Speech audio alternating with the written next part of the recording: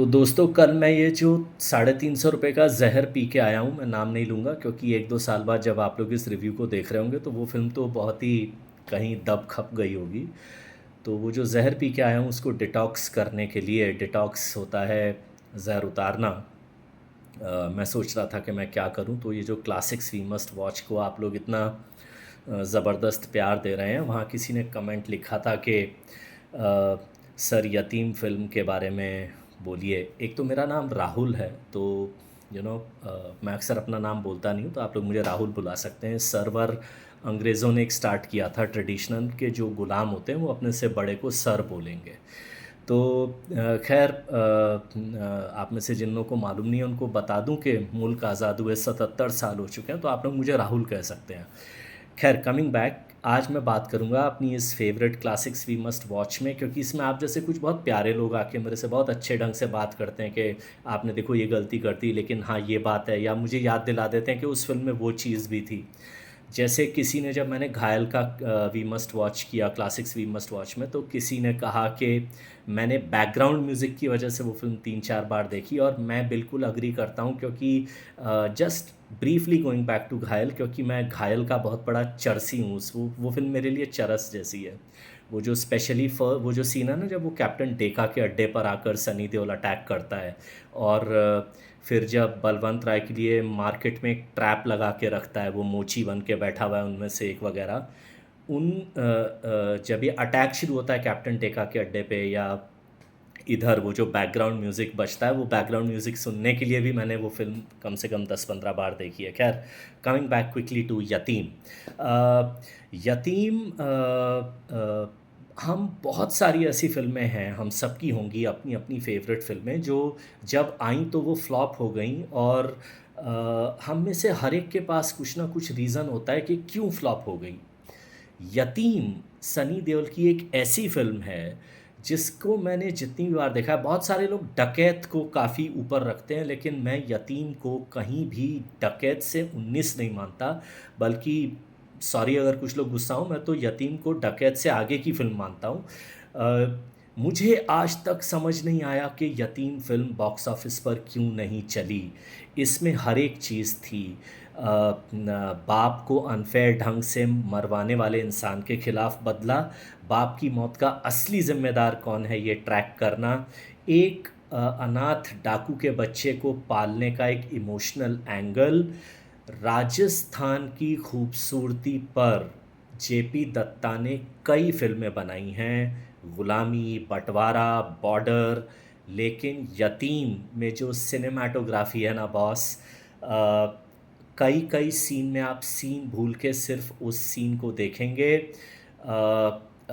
JP Dutta की बाकी सारी फ़िल्मों की सिनेमैटोग्राफ़ी एक तरफ, यतीम की सिनेमैटोग्राफ़ी एक तरफ।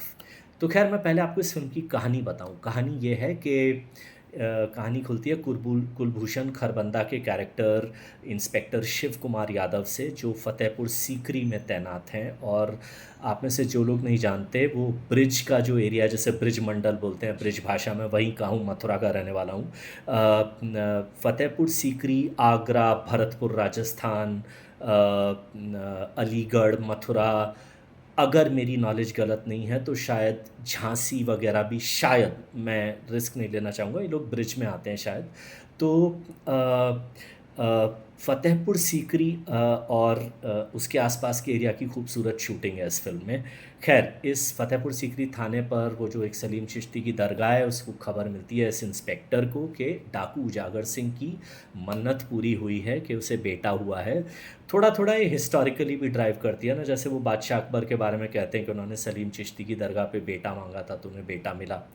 तो वो आते हैं वहाँ पर, ये दोनों हस्बैंड वाइफ़, और इनका एक साथी पुरखिया अमरीश पुरी, ये खबर दे देता है, क्योंकि उसे गिरोह का सरदार बनना है, कि उजागर और उसकी बीवी वहाँ आ रहे हैं अपने बच्चे के साथ। तो उस मुठभेड़ में उजागर की बीवी वो बुलंद दरवाज़ा की सीढ़ियों से फिसलती हुई गिर के मर जाती है। बच्चा वो सीढ़ियों पे ही रखा रह जाता है, और उजागर सिंह को शिव कुमार यादव ही, उनके बीच में एक मुठभेड़ होती है जिसमें वो एक्सीडेंटली मारता है, ऐसा सीन दिखाया गया है। खैर, फिर ये शिव कुमार यादव उस बच्चे को अपने बेटे की तरह गोद ले लेते हैं और उस बच्चे का नाम रखते हैं कृष्णा। और ये बच्चा बड़ा होके सनी देओल बनता है। और ये हल्का सा दिखाया गया है कि कैसे बचपन में वो थोड़ा अनफेयर किया जा रहा है। और शिव कुमार यादव की माँ एक तरह से कृष्णा की भी दादी और शिव कुमार यादव की जो बेटी है उनकी उनकी ऑब्वियसली उनकी भी दादी। तो ये लोग जो दादी है वो बार बार शिव कुमार यादव के मन में एक जहर भरती है कि एक दिन गंदा खून अपना रंग दिखाएगा। और वो कृष्णा को बहुत नौकर की तरह ट्रीट करती है जो भी। बट एट एट एक ट्विस्ट होता है जिसमें कुलभूषण खरबंदा कृष्णा को इंस्पेक्टर की ट्रेनिंग के लिए भेज देते हैं पुलिस स्कूल में। और इंस्पेक्टर बन के सनी देओल का कैरेक्टर वापस आता है। यहाँ पे कुलभूषण खरबंदा एक बहुत कम उम्र की लड़की से शादी कर लेते हैं। वो रोल किया था सुजाता मेहता ने, उनकी बेटी का रोल किया था फरहा ने। तब तक दादी मर चुकी है। और ये दिखाया गया है कि एक्स्ट्रा मैरिटल अफेयर चल रहा है इस कोमल का गिरिवर नाम के एक इंस्पेक्टर के साथ, जो कि डैनी ने किया था। और बहुत बढ़िया एक्टिंग की थी डैनी ने। इसके अलावा अब ये होता है कि एक ट्विस्ट होता है जिसमें कोमल को सनी देओल का कैरेक्टर, सनी देओल कृष्णा भी अच्छा लगने लगता है। और सनी देओल बोलता है कि तुम मेरे बाप, जिसे मैं अपना बाप मानता हूँ, उसकी बीवी हो। एक ट्विस्ट होता है जहाँ पर जिस दिन सनी देओल को पता चलता है कि उसके बाप को कुलभूषण खरबंदा के कैरेक्टर शिव कुमार यादव ने ही मारा था, तभी कोमल उसकी तरफ कुछ एडवांसेस करती है जिसे ऑब्वियसली सनी देओल रिजेक्ट करता है। और कोमल अपने पति को, शिव कुमार यादव को, बोलती है कि कृष्णा ने मुझे रेप करने की कोशिश की। और तभी ये बात भी शिव कुमार यादव के सामने खुलती है कि कृष्णा को ये भी पता चल चुका है कि उसके बाप को उन्होंने मारा था। तो उन्हें लगता है कि ये आदमी बदला लेने के चक्कर में इसने ऐसी घटिया हरकत की। और यहाँ से फिल्म में सनी देओल जेल से भागता है क्योंकि फरहा और उनकी लव स्टोरी डेवलप हो चुकी है। और फरहा का जो कैरेक्टर है, शिव कुमार यादव की बेटी, वो कृष्णा से ही शादी करना चाहती है। तो दोनों भाग जाते हैं। भागने के टाइम पर उनकी पुरखिया, अमरीश पुरी का जो कैरेक्टर है जिसने कृष्णा के बाप को मरवाया, उससे मिलना होता है। और वो जो इस फिल्म का जो मेरा एक सबसे फेवरेट डायलॉग है जो इस फिल्म में बार बार आता है, सुनार का बेटा सुनार, लोहार का बेटा लोहार और डाकू का बेटा डाकू। तो वो ये फ़िलॉसफ़ी देकर उसको बोलता है कि तू डाकू बन जा, और सनी देओल मना करता है। और वहाँ वो भागता है वहाँ से। और पुरखिया का छोटा भाई सनी देओल का पीछा करता है। और सनी देओल का कैरेक्टर जो है कृष्णा, पुरखिया के भाई को मार देता है। तो पुरखिया और सनी देओल की भी दुश्मनी शुरू हो जाती है। इधर ये पुलिस भी सनी देओल के पीछे पड़ी है क्योंकि वो भगोड़ा है। लेकिन कैसे ये ट्विस्ट खुलता है कि वो कृष्णा बेगुनाह है, और फिर वापस शिव कुमार यादव और उसके बीच में वही बाप बेटे वाला रिलेशनशिप डेवलप होता है। और पुरखिया के साथ एक आखिरी लड़ाई में शिव कुमार यादव अपनी जान देकर कृष्णा को बचा के, और वो बोलते हुए जाते हैं कि तू ही मेरा बेटा, ऐसा कुछ एक डायलॉग है। और फाइनली फिल्म ख़त्म होती है। जेपी दत्ता की हर महान फिल्म की तरह इस फिल्म में डायलॉग्स बहुत ज़बरदस्त हैं, लेकिन मेरे जो फेवरेट चीज़ें हैं वो हैं, बहुत लोगों ने सनी देओल और अमरीश पुरी की ये जो ऑन स्क्रीन केमिस्ट्री है, जो विलन और हीरो वाली केमिस्ट्री डिस्कवर की घायल में, जो बाप बेटे वाली केमिस्ट्री डिस्कवर की घातक में, बहुत ही ज़बरदस्त। वो केमिस्ट्री मैंने पहली बार ऑब्ज़र्व की थी यतीम में। यतीम में पुरखिया और कृष्णा का जो मिलने का सीन है, वो सीन आता है लगभग 105 मिनट की फ़िल्म, यानी डेढ़ पौने 2 घंटे की फ़िल्म ख़त्म होने के बाद इस फ़िल्म में जो विलन है वो आता है। तो वो जो कॉन्फ्लिक्ट है कि मैं तेरी तरफ नहीं आऊँगा क्योंकि तू मुझे वैसे ही यूज़ करेगा जैसे तूने मेरे बाप को मरवाया था। तो वो जो डायलॉग बाजी है, वो जो कॉन्फ्लिक्ट है। और पहली बार मैंने देखा, क्योंकि सनी देओल के बारे में शुरू-शुरू में फेमस किया गया था कि वो ठीक-ठाक एक्टर हैं, लेकिन इस सीन में अमरीश पुरी जैसे मंझे हुए विलन के सामने जिस तरह से सनी देओल ने अपनी अपनी इस्टैब्लिश की थी प्रेजेंस, वहाँ मुझे पता चला कि यार ये थोड़ा और दम है अपने सनी देओल में। खैर, and like any other good movie, किसी भी अच्छी फिल्म की तरह, ख़ास तौर से किसी भी ट्रेडमार्क जेपी दत्ता फिल्म की तरह, यतीम में कुछ छोटे छोटे सीन हैं जो बहुत ही ज़बरदस्त हैं। जैसे पहली बार जब कुलभूषण खरबंदा का कैरेक्टर इस अनाथ बच्चे का नाम रखने की कोशिश कर रहा है, या जब उसी जगह पर सनी देओल आता है रात में मालूम करने उसी मौलवी के पास कि उस दिन 20-22 साल पहले क्या हुआ था। और बॉस उस छोटे से 2 मिनट के सीन में ना, वो बहुत ही इमोशनल वगैरह सीन है, but Sunny Deol is looking so bloody handsome and so rocking.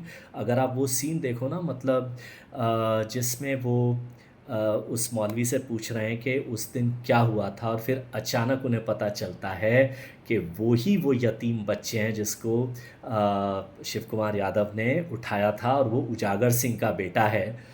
और वो अपना नाम बोलते हैं, वो मौलवी को पूछते हैं कि वो बच्चा कौन था, तो वो मौलवी ऐसे थोड़ा याद करने की कोशिश कर रहा है कि वो बूढ़ा हो गया है ना, तो कहता है अरे उस बच्चे का नाम भी मैंने ही रखा था, क्या नाम रखा था, ऐसा वो याद करने की कोशिश कर रहा है। और सनी देओल का कैरेक्टर एकदम से कोल्ड आवाज़ में बोलता है कृष्णा, और वो पलट के चला जाता है। और एक ज़बरदस्त बैकग्राउंड म्यूज़िक बज रहा है, और ये मौलवी पूछ रहा है अरे हुजूर आपने अपना नाम तो बताया ही नहीं। आप वो सीन देखिए। तो ये जो फ़िल्में हैं ना, ये वो फ़िल्में हैं who have stood the test of the times. और कहीं न कहीं क्योंकि आज के इस पीआर के ज़माने में किसी आइटम सॉन्ग की तो 2-2 साल तक पब्लिसिटी हो जाती है, पर ऐसी फ़िल्मों के बारे में बात नहीं होती। तो थैंक यू कि आप लोगों ने मुझे एनकरेज किया। अगर आपको अच्छी फ़िल्म एक देखनी है, रिवेंज पे, इमोशन पे, बाप बेटे की केमिस्ट्री पे, जैसा मैंने कहा, अच्छे कैरेक्टर्स पे, तो आप यतीम देखिए। एक से एक परफॉर्मेंसेस, एक से एक डायलॉग्स इस फिल्म में हैं। फरहा को जो गौरी का कैरेक्टर दिया गया, मेरी पर्सनल ओपिनियन में उनके पूरे बॉलीवुड करियर में जो भी था उनका, ये एक कैरेक्टर एक तरफ, और उनकी बाकी सारी की सारी फिल्में जो उन्होंने की थी वो सब की सब एक तरफ। तो आप ये फ़िल्म देखिए, अगर नहीं देखी है तो। आज भी ये फ़िल्म शुरू से लेके एंड तक, मैं ये दावे से कह सकता हूँ, शुरू से लेके एंड तक डेटेड नहीं लगती। और एक और चीज़, गाने तो इसके उतने ज़्यादा नहीं चले थे, लेकिन इसमें शुरू में एक कव्वाली है, सलीम चिश्ती की दरगाह पे जो एक कव्वाली बनाई गई थी, तेरी निगाह पे सब कुछ लुटाने आए हैं। वो आप कव्वाली भी सुनिए, गज़ब की कव्वाली है। तो ये this is another classic I feel, अच्छे सिनेमा के लवर्स को ज़रूर देखनी चाहिए।